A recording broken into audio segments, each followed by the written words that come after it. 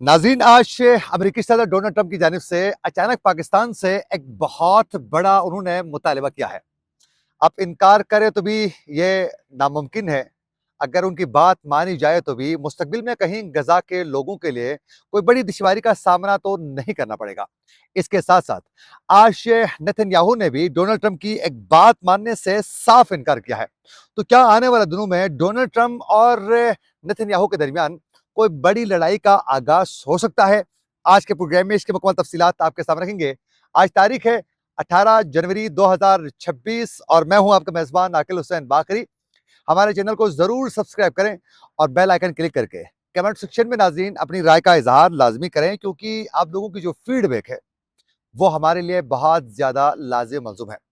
नाज़रीन, गजा में इसराइल की बमबारी, जिस तरीके से उन्होंने जो तबाही मचाई, जिस तरीके से मासूम बच्चों को बेदर्दी के साथ शहीद किया गया, जिस तरीके से खवातीन और बुजुर्गों को निशाना बनाया गया, जिस तरीके से वहाँ मरीजों को हॉस्पिटल्स में जो है बेदर्दी के साथ शहीद किया गया, वहाँ इमारतों को जिस तरीके से मुकम्मल तौर पर तबाह किया, नेस्तो नाबूद किया, और जिस तरीके से तबाही उन्होंने मचाई और गैर इंसानी जो इकदामात किए जा चुके हैं, उससे भला कौन वाकिफ नहीं है। मैं उन तफसीलात में जानना नहीं चाहूँगा।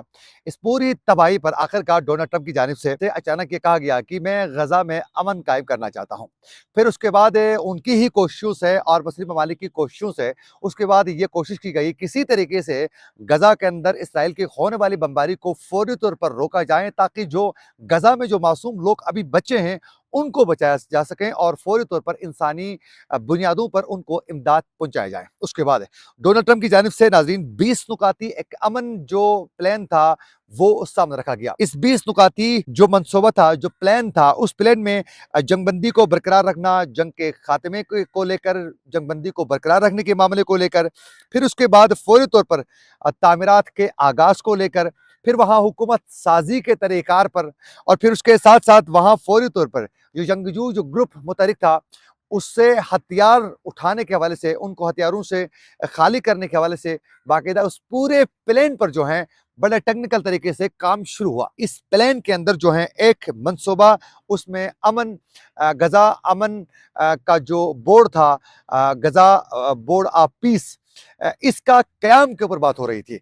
तो इसके लिए आज डोनाल्ड ट्रंप की जानिब से एक दो रोज कबल उन्होंने बाकायदा उस बोर्ड के इख्तियारात और उसके नामों का बाकायदा वो जिक्र कर चुके हैं, उसका बता चुके हैं। ट्रंप इंतजामिया की जानिब से बाकायदा एक तजवीज़ जो है वो पेश की जा चुकी है। उस तजवीज़ के तहत नाज़रीन वहाँ जो ममालिक होंगे वो कम से कम जो है $1 अरब तक वो अदा करेंगे, यानी जिसके पास इसकी रुकनीत होगी उनके लिए वो बाकायदा $1 अरब तक उस पर जमा करवाने के लिए डोनाल्ड ट्रंप तकरीबन ऑर्डर दे चुके हैं, अहकामात जारी कर चुके हैं। अब उस बोर्ड की सदारत से डोनाल्ड ट्रंप वो खुद करेंगे। रुकनियत, फैसलों की मंजूरी और फंड के इस्तेमाल के तरीकार पर मुकम्मल तौर पर इख्तियार जो है वो डोनाल्ड ट्रंप के पास ही होंगे।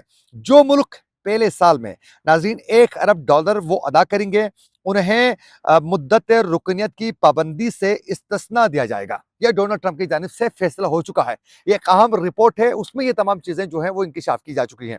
और यह भी कहा गया है कि इस बोर्ड की तश्कील में और फंड के इजरा के मामले पर तमाम इख्तियार अपने पास रखने के साथ साथ उन्होंने एक तो सबसे पहले तुर्की के जो सदर हैं तैयब उर्दवान को उन्होंने उस पर जो है फौरी तौर पर दावत दी है, और उसमें तैयब उर्दवान को गजा में अमन कौंसल पर जो है बानी रुकन के तौर पर शामिल होने की दावत दी है। ये बाकायदा तुर्की की जानिब से ये कहा गया है कि बाकायदा ट्रंप की जानिब से इस पर बानी रुकन के तौर पर तुर्की को इसका हिस्सा बनने के लिए दावत मिल चुकी है।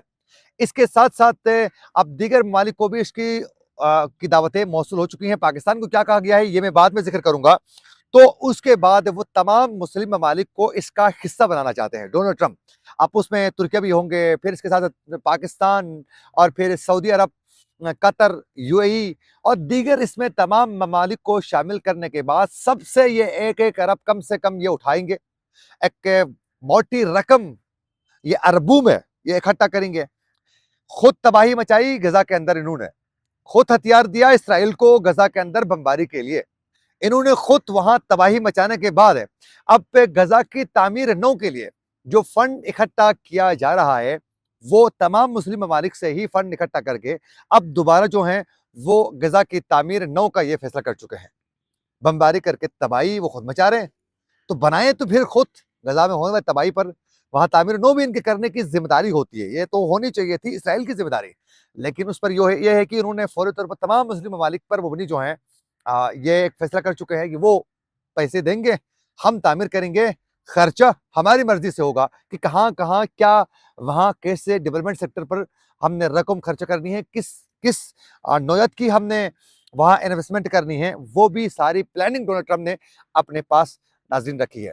یہ سب کچھ ہونے کے باوجود بھی آج اسرائیل کی جانب سے اسرائیلی وزیر اعظم نے یہ واضح کر دیا ہے کہ جو غزہ میں جو اس وقت غزہ جو پیس بورڈ آف پیس جو ہے اس کے حوالے سے اسرائیل نے یہ واضح کر دیا ہے کہ ہمیں اس سے ہمارے اختلافات ہیں اور ہم اس کو مسترد کرتے ہیں، یہ اسرائیل کی حکومت کی پالیسی کے خلاف ہے.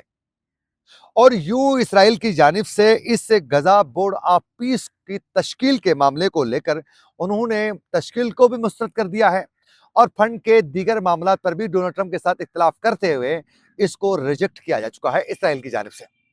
اور اسرائیل کے وزیر خارجہ جو ہیں وہ اب امریکن جو وزیر خارجہ ہے مارکو روبیو سے اس پر وہ بات کریں گے اور اپنے اختلافات کا سے کہا گیا کہ ہمیں اس پر جو ہے ڈونلڈ ٹرمپ کی انتظامیہ کی جانب سے ہمیں اس پر کوئی اعتماد میں نہیں لیا گیا ہے.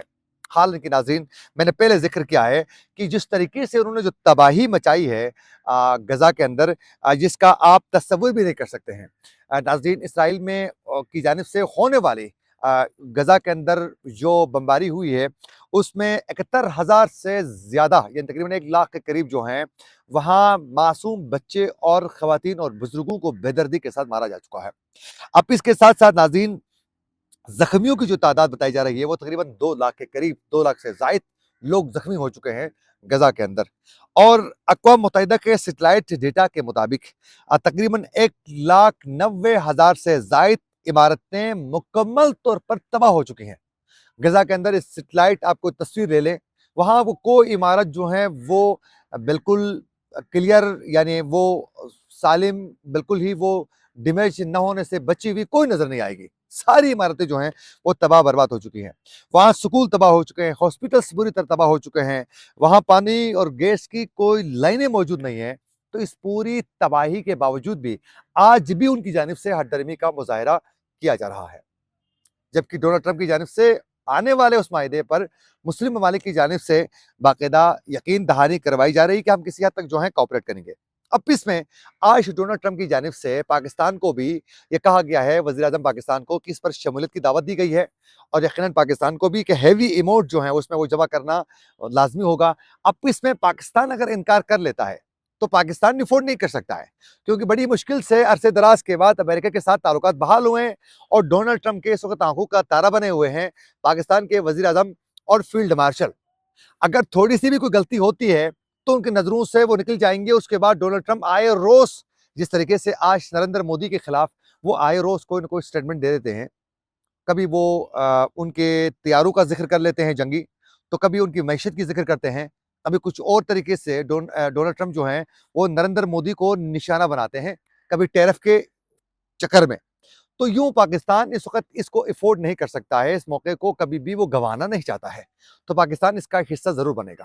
اب مستقبل میں جس طریقے سے وہاں فوج کو مختلف ممالک کی فوج اکٹھی کر کے غزہ کے اندر وہ داخل کرنا چاہتے ہیں، اس سے غزہ کو مستقبل میں کوئی نقصان ہوگا یا نہیں، یہ ایک اہم پوائنٹ ہے جو مستقبل میں ہی پتہ چلے گا. اور اس سے پاکستان کو کیا آنے والے دنوں میں پچھتاوا تو نہیں ہوگا.